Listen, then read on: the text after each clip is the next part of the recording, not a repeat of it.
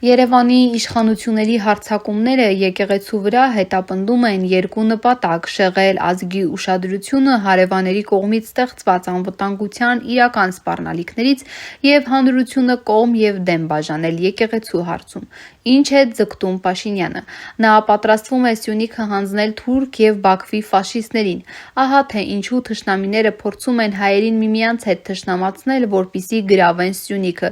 Մեր օրերում տեղի ունեցածը նկարագրված էր դեռևս մ.թ.ա. 7-րդ դարում Երեմիա մարգարեի կողմից։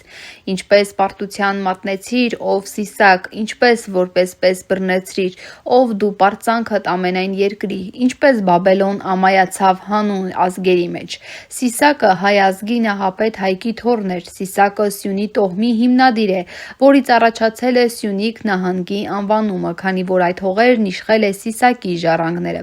Երեմիայի բարերում կարևոր մանրամասն կա։ Մեծ մարգարեն կանխագուշակում է Բաբելոնի անկումը։ Մեր օրերում Բաբելոնը այն մութ ուժն էր, որոնք ցանկանում են կուլ տալ Հայաստանը։ Խոսքը Ալիևի և Էրդողանի մասին է։ Նրանց իշխանությունը կընկնի, քանի որ այն հաճո չէ Աստծուն։ Սակայն դա տեղի կունենա միայն այն բանից հետո, երբ հայերը սկսեն կատարել Տիրոջ պատվիրանները։ Այս մասին խոսել է Սարգիս Ծատուրյանը։